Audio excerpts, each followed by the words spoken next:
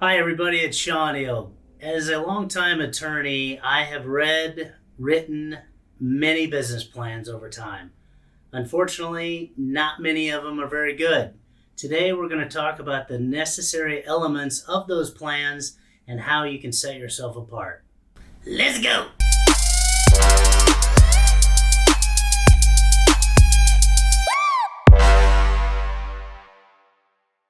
Hi, everybody. It's Sean Ilg. As an attorney and entrepreneur, I have written, reviewed thousands of business plans.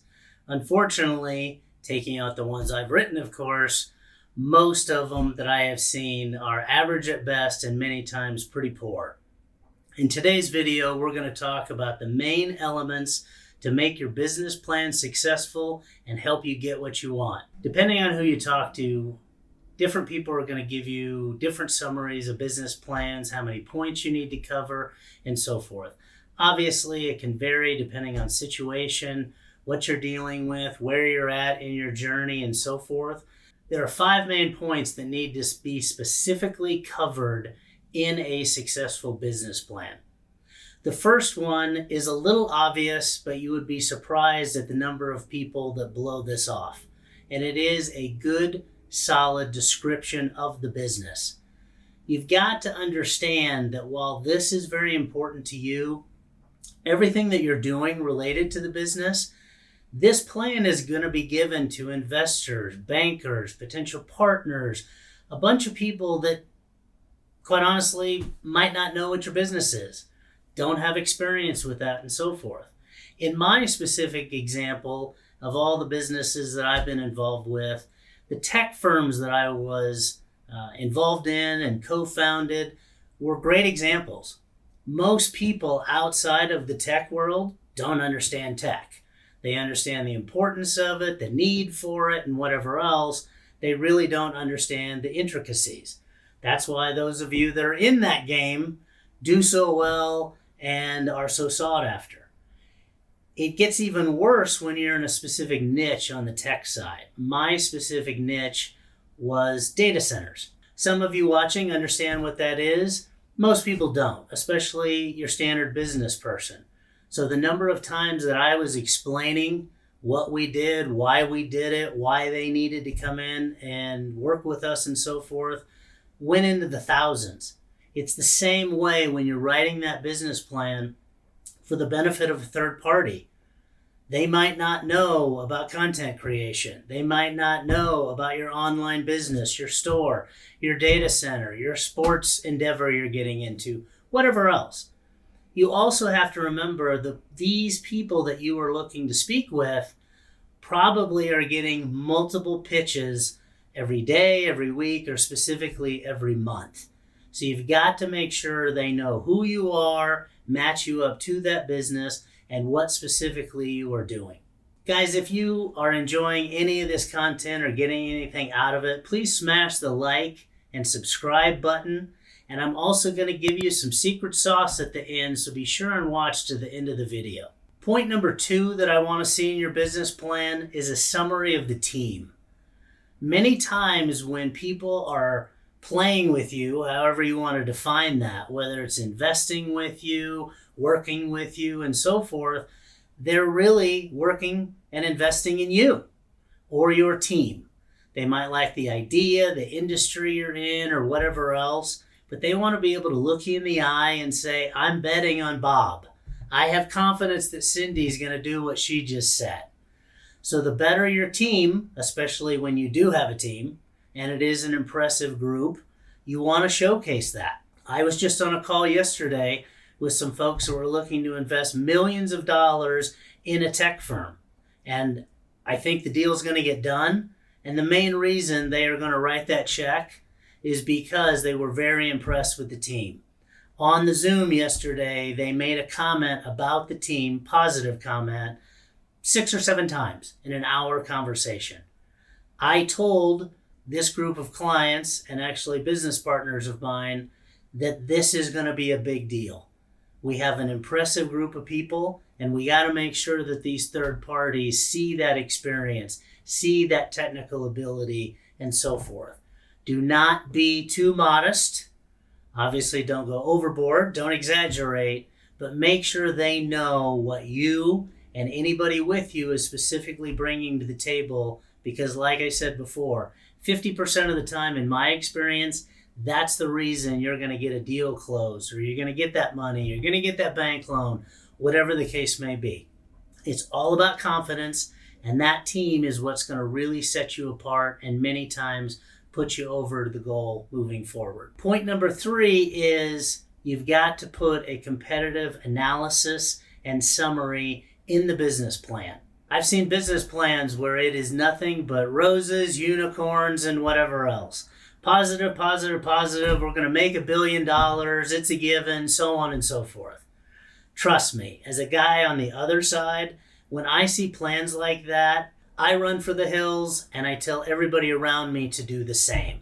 There are obviously going to be challenges. Scabs, it's a lot of times called in the industry. There's going to be issues in an industry or with a team or with an idea. If you are not forthright with that in your business plan, that is probably the single biggest red flag. You're going to want to make sure you are doing a comprehensive analysis of all of the potential problems. Obviously, it starts with the competitors you might be dealing with, other challenges, economic situations, overall environment, whatever the case may be. You've got to be honest with the people that you are dealing with for a lot of reasons. First of all, it's just a given, and it can't just be all positive like I said before. Second of all, this game is all about perception. And if the perception is you don't know what your negatives are, you don't know the challenges that you're going to deal with, that is not going to go over well with a lot of the folks that you're specifically dealing with. The fourth point that we want to make in a good, solid business plan is we've got to be able to show how we are going to sell and market whatever we're doing, whether it's a product, service, anything else. Anybody that's looking at your business plan is going to know there's a lot of ideas out there. But if you can't sell it, it doesn't matter. The number of times that I have seen a plan that is really good in all ways, but they are totally missing the idea of how are we going to sell, market this, is kind of shocking. So be sure you can relay the fact that I've got a great idea here. I've got a great team. I know the challenges ahead of me. And one of those challenges normally is tied to sales and marketing, but we've got to address the sales and marketing aspect. Otherwise, again, nothing is going to specifically get done. Fifth point is, or should be, kind of a given, but most of the time it's either glossed over, especially if you don't have somebody that has a lot of financial experience.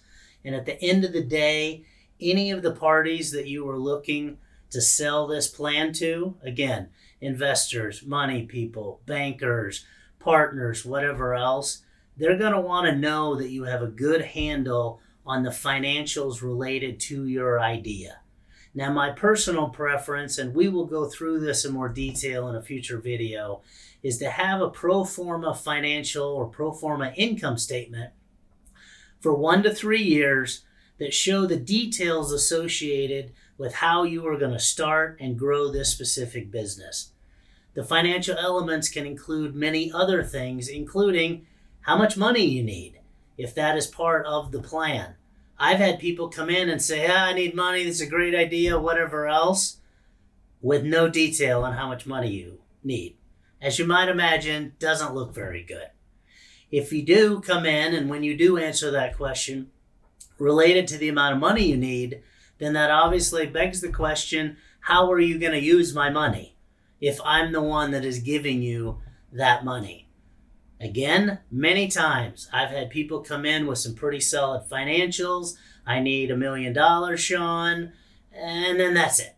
And then I have to come back and go, well, I or my client is going to specifically need a detailed breakdown of what are you going to do with this large chunk of change that I am giving you.